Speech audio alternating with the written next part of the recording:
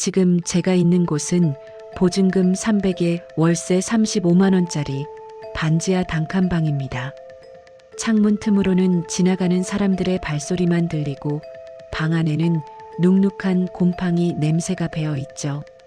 불과 3년 전만 해도 저는 40평 아파트에서 남편이 벌어다 주는 돈으로 우아하게 브런치를 먹던 여자였습니다. 남편을 버리고 제 모든 걸 바쳤던 첫사랑을 또다시 헌신짝처럼 버리고 욕망을 쫓아 질주했던 여자의 종착역. 그곳이 바로 이 차가운 반지하 방이네요. 도대체 어디서부터 페달을 잘못 밟은 걸까요? 아마 그날 남편이 억지로 가입시킨 자전거 동호회. 그 한강변의 바람 냄새 때문이었는지도 모릅니다. 긴 호흡으로 그녀의 마음속 깊은 곳까지 함께 들어가 보시죠. 구독과 좋아요 부탁드립니다. 안녕하세요. 제 이름은 오혜진, 43살입니다. 결혼 12년 차. 남편 강준석은 대기업 부장으로 남들이 보기엔 흠잡을 데 없는 가장이었습니다. 하지만 저에게 그 집은 감옥이나 다름없었어요. 남편은 저를 아내가 아닌 집안에 놓인 성능 좋은 가전제품 취급을 했습니다. 여보, 오늘 저녁은 뭐 먹을까? 당신 좋아하는 갈비찜 했는데. 아, 됐어. 밖에서 먹고 들어가. 피곤하니까 말 시키지 말고. 현관문을 열고 들어오는 남편의 첫 마디는 늘 피곤해였고 저는 그 뒷모습에 대고 밥상은 차려놨다는 말을 삼켜야 했습니다. 식탁에 마주 앉아도 대화는 없었습니다. 숟가락 부딪히는 소리, TV 뉴스 소리만이 그 넓은 집을 채웠죠. 침대에서도 마찬가지였습니다. 우리는 철저히 등을 돌리고 잤습니다. 남편의 살결이 우연이라도 닿으면 그는 마치 벌레라도 닿은 것처럼 몸을 움찔하며 피했습니다. 그럴 때마다 저는 이불 속에서 소리 없이 입술을 깨물었습니다. 나 아직 여자인데. 나 아직 시들지 않았는데. 거울 속 제 모습은 아직 팽팽한데 남편의 눈동자 속에서 저는 투명 인간이었습니다. 그러던 어느 날 남편이 뜬금없이 자전거를 사왔습니다. 당신도 운동 좀 해. 집에만 퍼져 있지 말고. 거래처 사장이 운영하는 동호회니까 가서 얼굴도 좀 비추고. 건강을 챙겨주는 게 아니라 자신의 체면 치레를 위해 저를 내모는 말투였죠. 그렇게 저는 등 떠밀리듯 자전거 동호회에 나가게 되었습니다. 첫 모임 장소는 한강공원이었습니다. 화려한 장비를 갖춘 사람들 틈에서 저는 주눅이 들어 구석에 서 있었죠. 그때였습니다. 혜진이. 오혜진 맞지? 기름때 묻은 장갑을 낀 채 자전거 체인을 손보고 있던 한 남자가 고개를 들었습니다. 검게 그을린 피부, 눈가에 주름 하지만 웃을 때마다 접히는 그 눈매. 심장이 쿵 하고 내려앉았습니다. 21살 가난했지만 서로의 눈빛만 봐도 뜨거웠던 제 첫사랑 김태석이었습니다. 세상에, 태석이 너야? 와, 이게 얼마만이냐? 너 하나도 안 변했네. 여전히 곱다. 그 곱다는 말 한마디가 10년 동안 말라붙어 있던 제 가슴에 물을 주더군요. 태석이는 동호회 회장님의 자전거 샵에서 일하는 정비 실장이 되어 있었습니다. 남편은 고급 자전거를 뽐내며 앞서 나가기 바빴고 저는 뒤처져 헉헉거렸습니다. 그때마다 태석이가 다가왔습니다. 혜진아, 힘들지? 안장 좀 낮춰줄게. 그가 제 자전거 안장을 조절해 주느라 몸을 숙일 때마다 그에게서 나는 땀 냄새와 쇠 냄새 그리고 기름 냄새가 훅 끼쳐왔습니다. 남편의 비싼 스킨 냄새보다 그 투박하고 거친 냄새가 왜 그렇게 제 본능을 자극했는지 모르겠습니다. 그가 안장을 만지느라 스치는 손길, 저를 걱정스럽게 올려다보는 그 눈빛.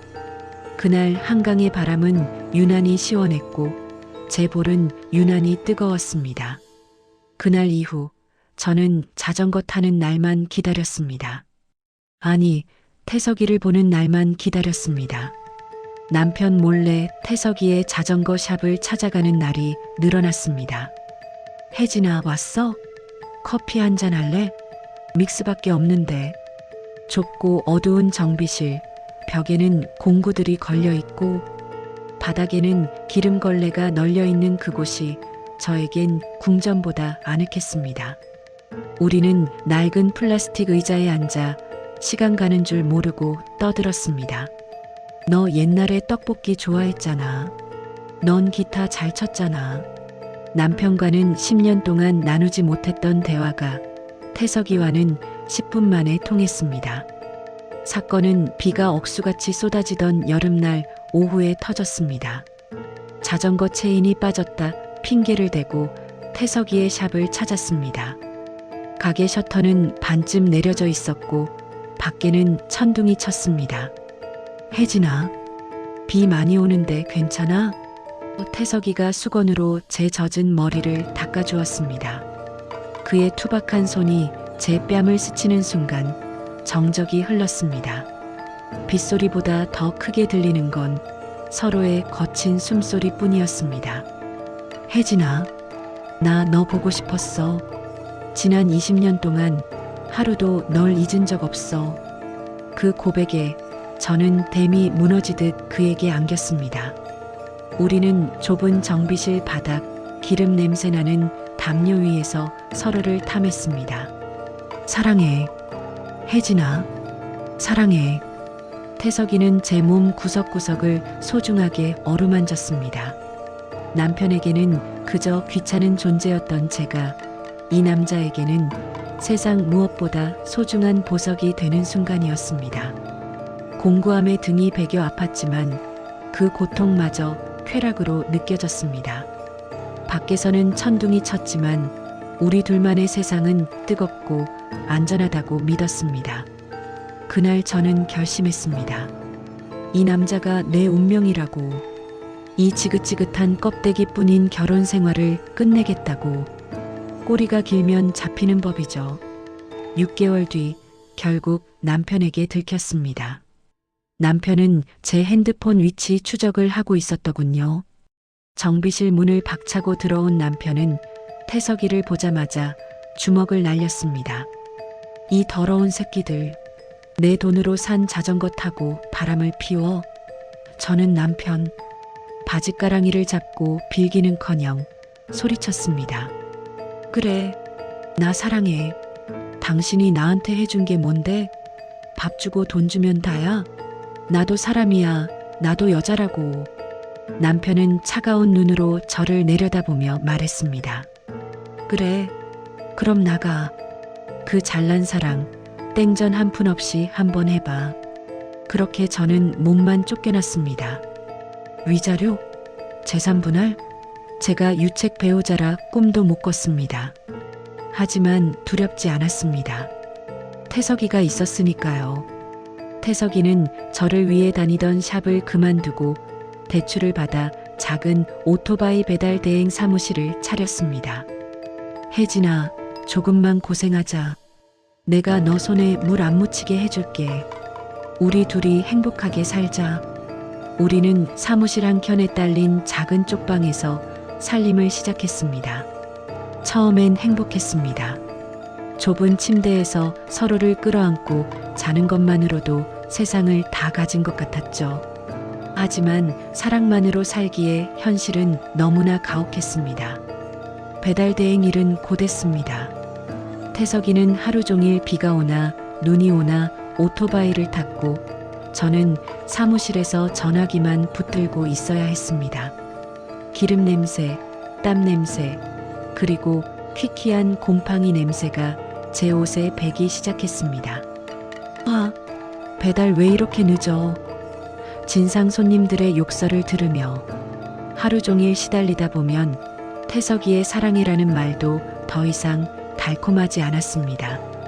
무엇보다 태석이의 집착이 시작되었습니다. 제가 배달 기사님들과 웃으며 이야기라도 하면 태석이는 그날 밤 화를 냈습니다. 너 왜 그놈 보고 웃어? 내가 뼈 빠지게 일하는데 넌 딴 생각하냐? 손님이잖아. 태석아, 나 좀 숨 좀 쉬자. 가난은 사랑을 갉아먹었고 남은 건 의심과 피로뿐이었습니다. 저는 점점 지쳐갔고 40평 아파트에서의 안락했던 삶이 그리워지기 시작했습니다. 그때였습니다. 제 인생을 망칠 두 번째 악마가 찾아온 건 배달 사무실 근처에 새로 생긴 대형 고급 카페, 그곳의 사장이라는 남자 최 대표였습니다. 가끔 사무실에 커피를 시키던 그는 직접 배달을 간 저를 보고 의미심장한 미소를 지었습니다. 사모님이 배달하기엔 너무 미인이신데요? 그는 50대 초반, 딱 봐도 돈이 많아 보이는 명품 정장에 외제차를 타고 다녔습니다. 기름때 묻은 태석이와는 다르게 그에게선 은은하고 고급스러운 향수 냄새가 났습니다. 최 대표는 노골적으로 접근했습니다. 힘드시죠? 이런 데 계실 분이 아닌 것 같은데. 처음엔 거절했습니다. 하지만 태석이와의 싸움이 잦아지던 어느 날 저는 홧김에 최 대표의 차에 탔습니다. 그가 데려간 곳은 한강이 내려다 보이는 고급 레스토랑이었습니다. 부드러운 스테이크, 입안에서 녹는 와인, 그리고 나를 여왕처럼 대접해주는 남자. 혜진 씨, 저랑 같이 있으면 손에 기름 묻힐 일 없어요. 제가 가게 하나 차려드릴게요. 그 달콤한 제안에 저는 또다시 눈이 멀었습니다. 땀 냄새나는 쪽방보다는 이 남자의 화려함이 제 구원이 될 것 같았습니다. 결국 저는 태석이를 버렸습니다. 태석아, 우리 그만하자. 나 더 이상 이렇게 못 살겠어. 혜진아, 내가 더 열심히 할게. 밤에도 투잡 뛸게. 가지마. 태석이는 제 발목을 잡고 울부짖었습니다. 저 하나 보고 모든 걸 바친 남자였습니다. 하지만 저는 독하게 그를 뿌리쳤습니다. 구질구질하게 이러지 마. 나 돈 없는 사랑 지겨워. 내 냄새도 이제 지긋지긋해. 그렇게 저는 태석이의 가슴에 대못을 받고 최 대표의 오피스텔로 들어갔습니다. 최 대표와의 생활은 꿈만 같았습니다. 하지만 그 꿈은 딱 3개월 만에 산산조각 났습니다. 그는 저를 위해 가게를 차려주기는커녕 제 명의로 대출을 받게 했습니다. 혜진아, 사업 자금이 잠깐 묶여서 그래. 내 명의로 대출 좀 받자. 내가 금방 갚고 카페 차려줄게. 바보같이 저는 그 말을 믿었습니다. 이미 태석이도 버린 마당에 이 남자가 아니면 갈 곳이 없었으니까요. 제 명의로 5천만 원을 대출받아 그에게 넘겼습니다. 그리고 일주일 뒤 오피스텔 비밀번호가 바뀌어 있었습니다. 전화를 걸었지만 없는 번호라는 안내 멘트만 나왔습니다. 알고 보니 그는 전문 사기꾼이었습니다. 카페 사장이라는 것도 거짓말이었고 저뿐만 아니라 여러 여자의 등골을 빼먹고 잠적한 상태였습니다. 저는 길바닥에 나앉게 되었습니다. 빚쟁이들의 독촉 전화가 빗발쳤고 갈 곳은 아무 데도 없었습니다. 비가 억수같이 쏟아지던 그날 밤 저는 염치불고하고 태석이의 사무실을 찾아갔습니다. 하지만 그곳은 이미 다른 가게로 바뀌어 있었습니다. 동네 사람들에게 물어보니 태석이는 제가 떠난 후 술로 밤을 지새우다 사고를 당해 다리를 다쳤고 고향으로 내려갔다고 했습니다. 그 남자 여자 하나 때문에 인생 완전히 망쳤지. 쯧쯧. 사람들의 혀차는 소리가 제 귀를 때렸습니다. 지금 저는 45, 고시원보다 못한 반지하 방에서 근근히 살아갑니다. 식당 설거지, 청소일. 닥치는 대로 하지만 빚 갚기도 빠듯합니다. 가끔 자전거를 탄 사람들이 지나갈 때면 저는 황급히 고개를 돌립니다. 한강변에서 느꼈던 그 바람, 태석이의 땀 냄새, 그리고 제가 걷어차 버린 평범하지만 소중했던 가정. 모든 것이 사무치게 그립고 뼈를 깎는 듯이 후회됩니다. 외로워서 그랬다고요? 사랑받고 싶어서 그랬다고요? 아니요. 이제 인정합니다. 그건 사랑이 아니라 제 끝없는 욕심이었고 도피였습니다. 성실했던 남편을 지루하다 버리고 진심이었던 태석이를 가난하다 버린 제 이기심이 만든 지옥입니다. 어제는 꿈을 꿨습니다. 태석이가 자전거를 고치고 있고 제가 옆에서 믹스 커피를 타주는 꿈. 혜진아, 커피 맛있다 하며 웃어주는 그 얼굴. 꿈에서 깨어나 차가운 천장을 보며 한참을 울었습니다. 다시는 돌아갈 수 없는 그 시간들이 제 가슴을 난도질합니다. 여러분, 지금 곁에 있는 사람이 지루하게 느껴지시나요? 그 평범한 일상이 얼마나 기적 같은 행복인지 저처럼 모든 걸 잃고 나서야 깨닫지 마시길 바랍니다. 욕망이라는 브레이크 없는 자전거에 올라탄 대가는 이렇게나 처참하니까요. 오늘의 이야기는 여기까지입니다.